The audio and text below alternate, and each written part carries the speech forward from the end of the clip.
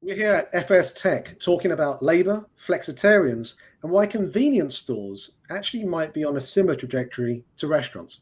That's all coming up on this week's Monday Minute. Our approach is always the same. We're going to be talking about the main headlines from the prior week and just what our take is on what's going on in the world of restaurant, technology, and off-premise food.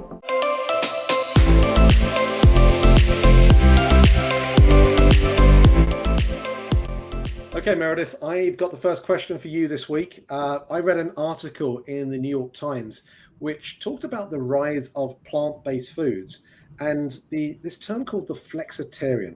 Now, what on earth is a flexitarian, and what does it mean for the approach that Americans are going to take to food going forwards? Yeah, so flexitarian is someone who eats plant-based most of the time, but does make room in their diet occasionally for fish, poultry, meat.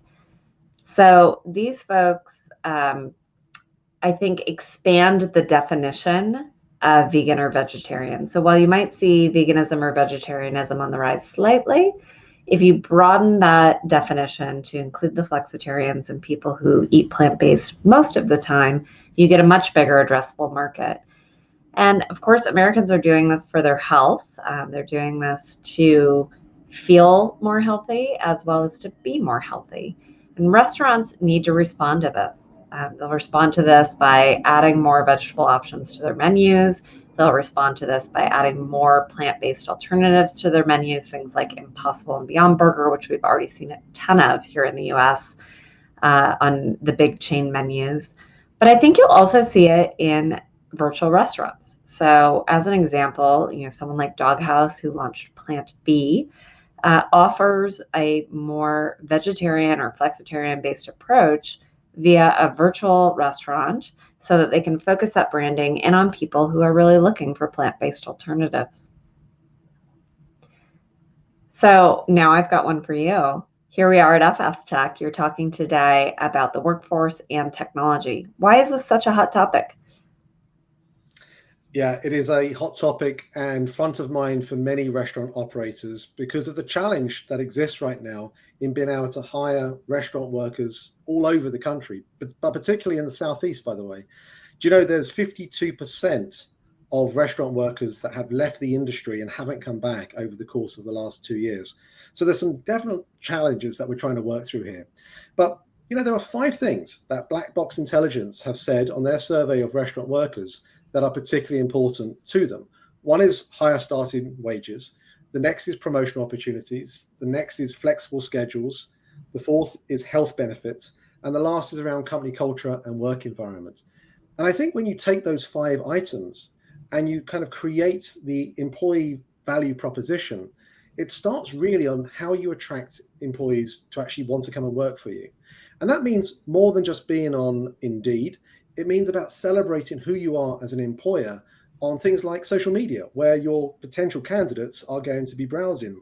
And I think when you look at the ways in which restaurants are being able to reach out to potential staff members and not just customers, then it shows us again just how the rise of digitization is critical to the entire existence of a restaurant ecosystem.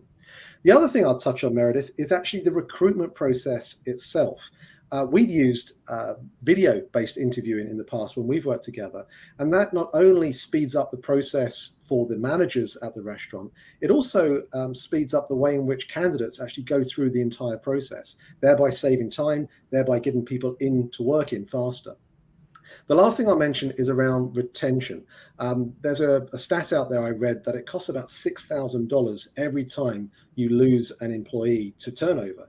And in June, limited serve restaurants had 150% turnover. And so retention is also a critical factor in this.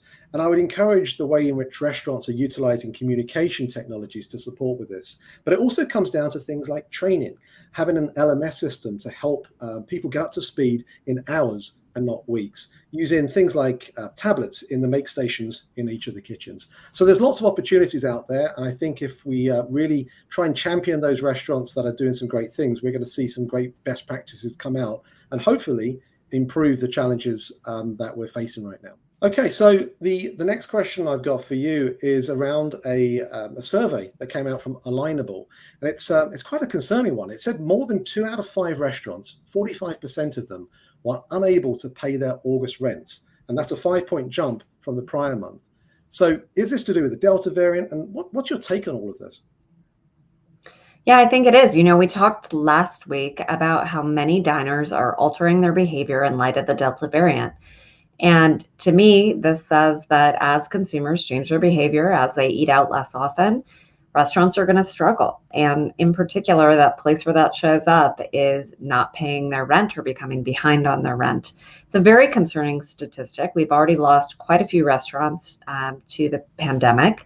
I hope that we don't lose more. So, I would say a couple things to this. Number one, uh, restaurants are an important part of the fabric of our communities, not just in terms of employment, but also in terms of where we spend our time. And number two, because of that, we need to figure out how to live with this pandemic so that we can still be the social animals that we are.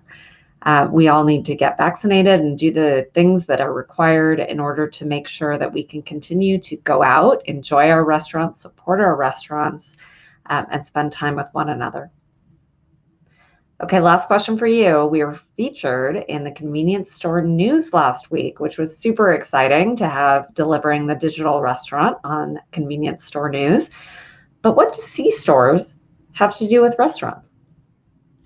Yeah, it's fantastic to be able to be featured by the convenience store news team. Uh, I think it's a really exciting area, actually. I would argue convenience stores are probably 5 years behind where restaurants are. So they're going through their own disruption when it comes to digitization as well. But I think there's a lot of opportunities in the C-store space. Obviously, I've spent a long time myself in that particular industry. And the thoughts that come to my mind, Meredith, when I think about those opportunities are the great locations that C-stores have. They're close to obviously major thoroughfares, and there's great parking, there's great ingress and egress from each of those locations.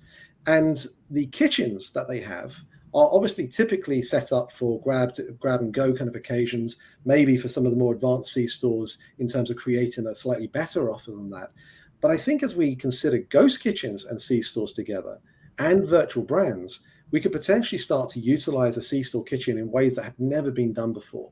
So I think C-stores, as they start to take the steps, and there are definitely steps on their journey that they need to go through, are going to start to see the opportunities, much like many of the forward-thinking restaurants are doing today. Yeah, that's true. And for those C-stores that are really on the bleeding edge of food and do have a fresh food offering in their C-store, they really are restaurants in a lot of ways, right? So a lot of the things that are affecting restaurants today will be affecting those C-stores before you know it. Absolutely. Well, look, everyone, thank you as always for tuning in to our musings on the latest headlines going on in the world of restaurants, technology, and off-premise. We would really invite each of you to leave your comments, any questions that you might have in the section below. But as ever, thanks for tuning in, and we'll see you this time next week.